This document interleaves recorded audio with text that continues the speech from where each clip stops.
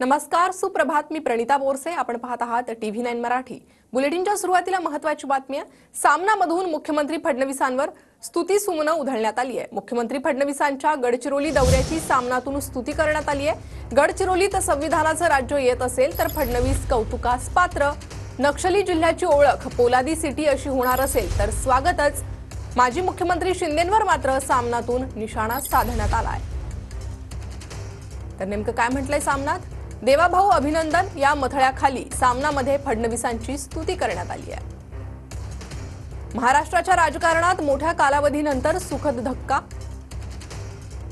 नक्षली जिल्हा याऐवजी गडचिरोलीला पोलाद सिटी अशी ओळख मिळत असेल तर मुख्यमंत्र्यांचं कौतुकच.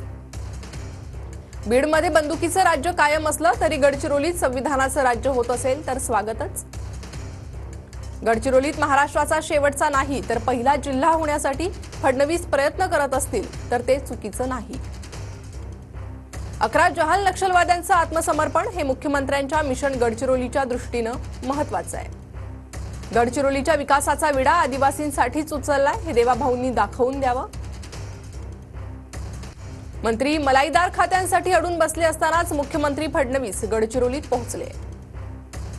देवेंद्र फडणवीस गडचिरोलीत पोहोचल्यानं आता विकासाचं पर्व सुरू झालंय. माजी मुख्यमंत्र्यांनी त्या ठिकाणी नुसते मोटारसायकलवर फेरफटके मारले होते.